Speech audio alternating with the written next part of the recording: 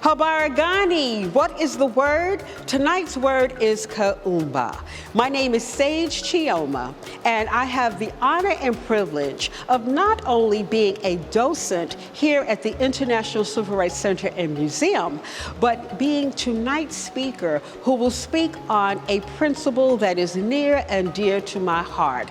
Kuumba means creativity in Swahili. And creativity is something that just oozes from the souls of Black folk. I'd like to say that I am proud that as a docent of the International Civil Rights Center and Museum, I have the opportunity to serve as a motivational speaker, poet, community health educator, and author. Tonight, I am speaking on a subject that is near and dear to my heart. Creativity is the superpower of Blacks across the globe and throughout the African diaspora. And also during this presentation, you will see a performance by the Point Dance Company right here at the lunch counter. On the 6th day of Kwanzaa, the International Civil Rights Center and Museum is proud to present the principle of Kuumba, creativity. To do as much as we can in the way we can in order to leave our community more beautiful and beneficial than we inherited it. Habaragani, what's the word? Kuumba. The International Civil Rights Center and Museum welcomes you to the 6th night of Kwanzaa. The principle Kuumba in Swahili means creativity. Kuumba, to do as much as we can in the way we can in order to leave our community more beautiful and beneficial than when we inherited it.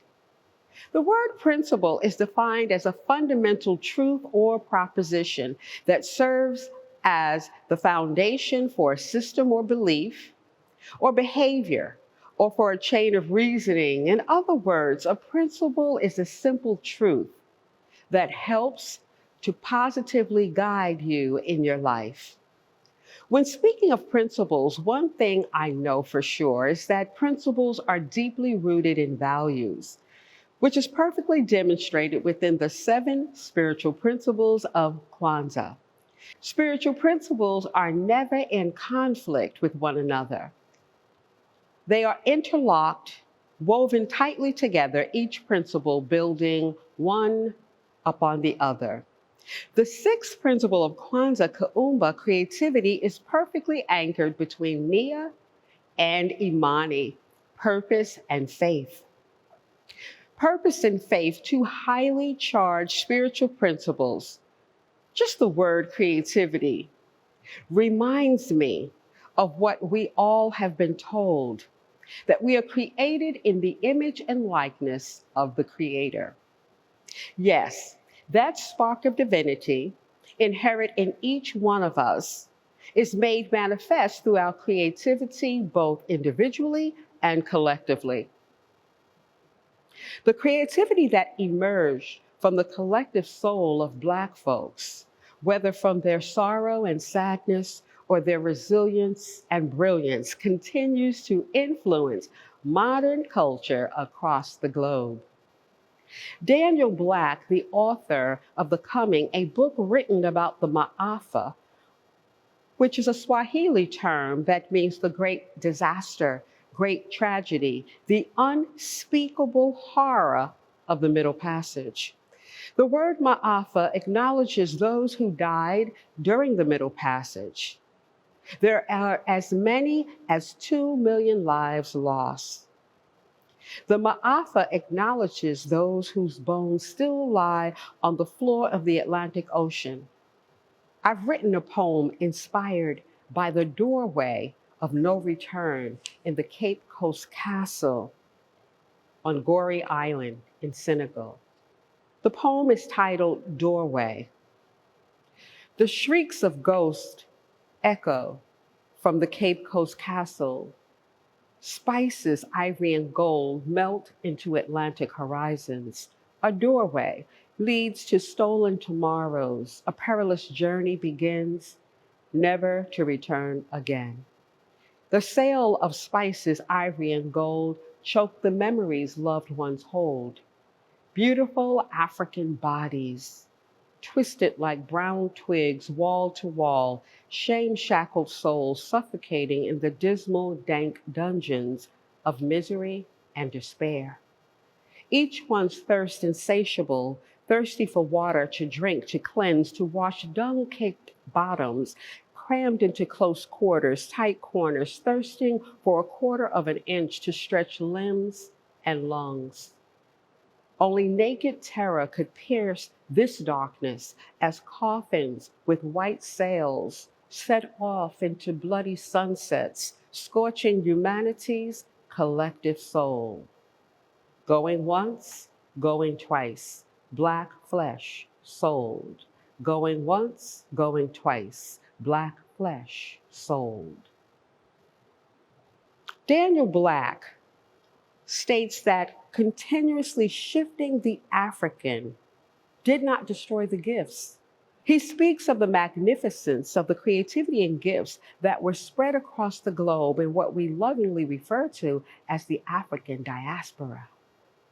Daniel Black also declares that not only were the gifts transferred with us, but it was those very same gifts that saved us.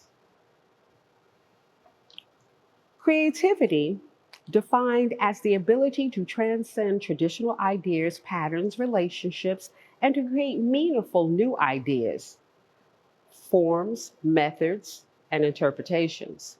Kuumba requires communication, ingenuity, inspiration, collaboration, originality, and above all else, imagination. The key words I choose to highlight are transcend and imagination. Both words reveal the inherent power in the principle of Kuumba. These are aspects of creativity that allow the heart of Africa to pulsate and like an electric current surge throughout the African diaspora. Traditional rhythms held in their hearts and minds made the journey with them. In 1817, in New Orleans, the enslaved were permitted to sing and dance every Sunday afternoon in a place called Congo Square in the center of New Orleans. The curious whites who turned out to see them did not know what they were witnessing. The complex percussive rhythms and syncopated beats also made the journey, and once unleashed, activated opportunities for collaboration, communication, ingenuity, and inspiration. A burst of creative energy released moans, shouts, utterances, and soulful tones, creating musical notes filled with such sorrow, never heard by human ears nor felt by human heart. Music that is timeless and continues to soothe the collective soul of humanity.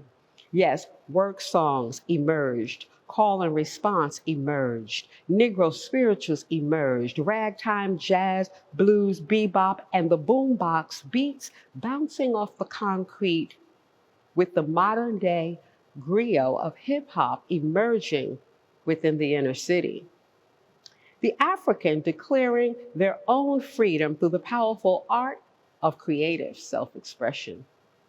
The principle of Kuumba, doing as much as we can, the way we can, to leave not only our community more beautiful than we inherited it, but the entire world gained from our presence and collective power, reminding us once again that our inherent divinity is manifest in our creativity, both individually and collectively. Kuumba gave the African the ability to transcend traditional ideas, patterns, rules, and relationships deeply embedded in a fabricated social construct designed to make them complicit in their own demise. It is the power of Kuumba, perfectly anchored and wedged between Nia and Imani, purpose and faith, that enabled them to create meaningful new ideas, forms, methods, interpretations of originality and progressiveness. Kuumba required us to use our imagination. One of my favorite definitions for the word imagination is the power to recombine the material furnished by experience or memory for the accomplishment of an elevated purpose. Remember, spiritual principles are never in conflict. They interlock and they're tightly woven together, each building off of the other. Isabel Wilkerson writes about how the newly freed found themselves in a climate of violence, hostility, and cruelty. They fled the southern states to escape lynching and Jim Crow, a system of discrimination. It is with great faith, Imani, that 6 million migrated, mainly to the northern states, bringing all of their talent, craftsmanship, and creative genius with them. As the presence and power of Kuumba continued to build with Nia and Imani in full stride for a purpose greater than merely surviving, but for the elevated purpose of striving, thriving, and moving beyond the boundaries of their known reality. Kuumba contains within it the use of the imagination to ask new questions like, what is a dream deferred? This is the question Langston Hughes asked in his poem Harlem.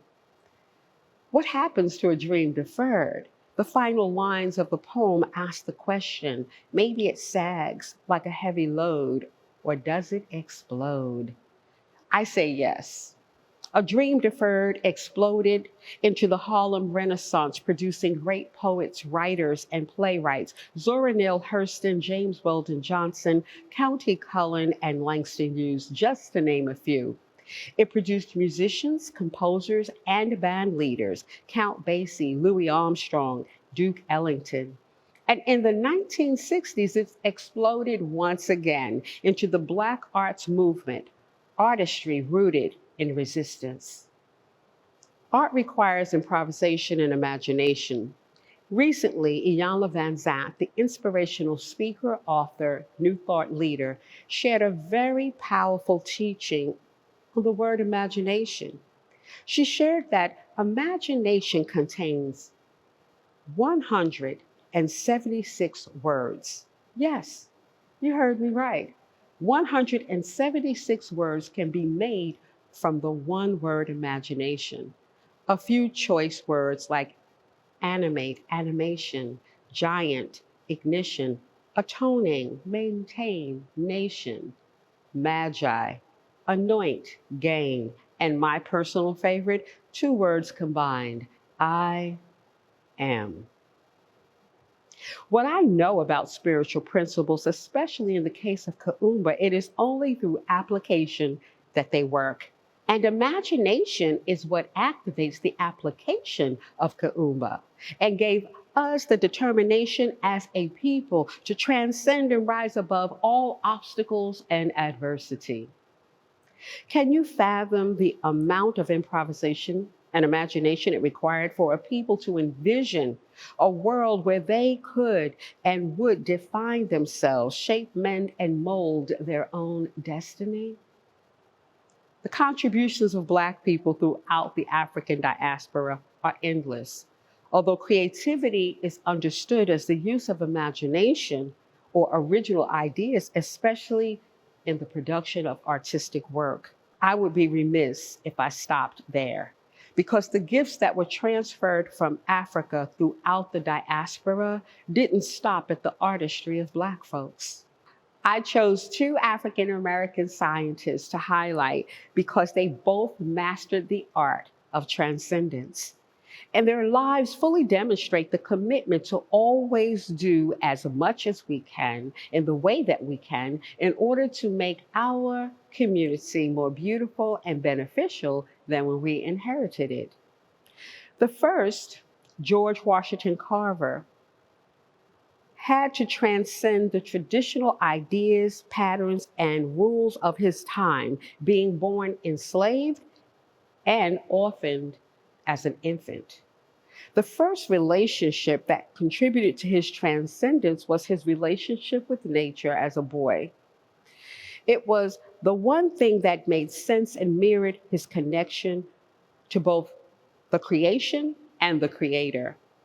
In his own words, he described being overwhelmed by a great presence and stated, "I knew even then it was the great spirit of the universe, and never since have I been without this consciousness of God speaking to me through plants, rocks, and every other aspect of the Creator."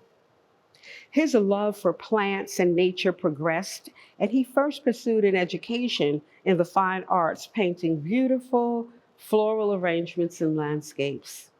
He later became an agricultural scientist and dedicated his life to serving Black farmers and providing resources to help them gain more independence economically.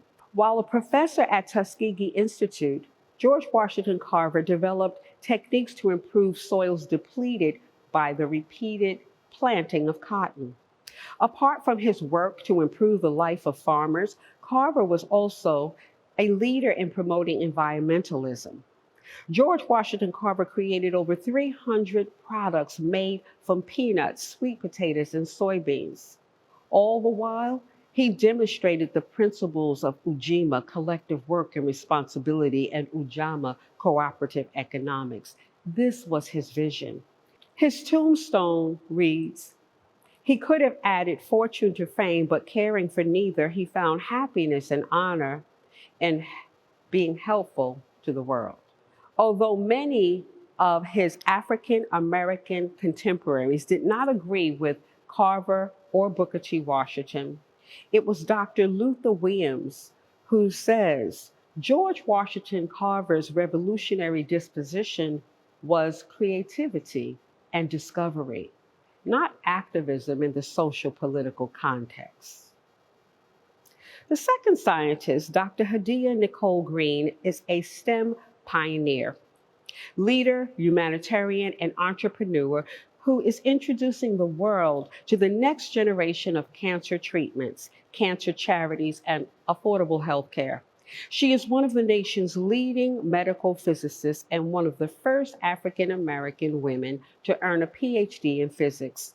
Dr. Green developed a revolutionary cancer treatment that uses lasers and nanotechnology to eliminate cancer in mice after only one 10-minute treatment in just 15 days, with no observable side effects. To assure the affordability of this treatment, she founded a nonprofit organization, the Orally Smith Cancer Research Foundation.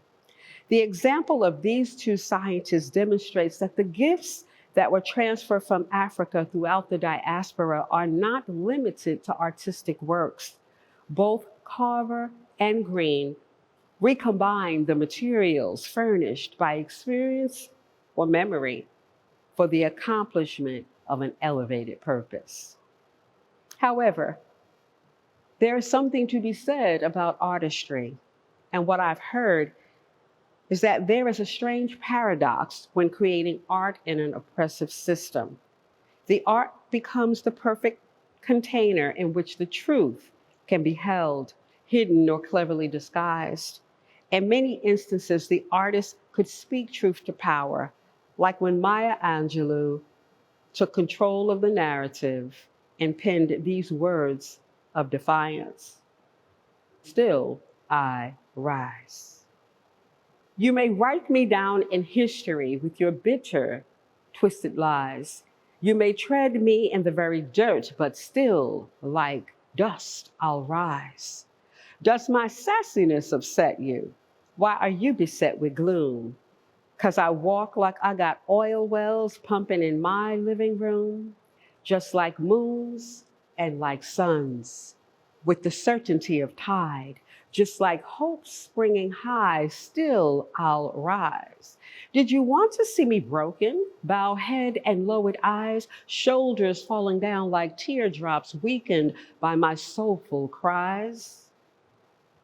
Does my haughtiness upset you?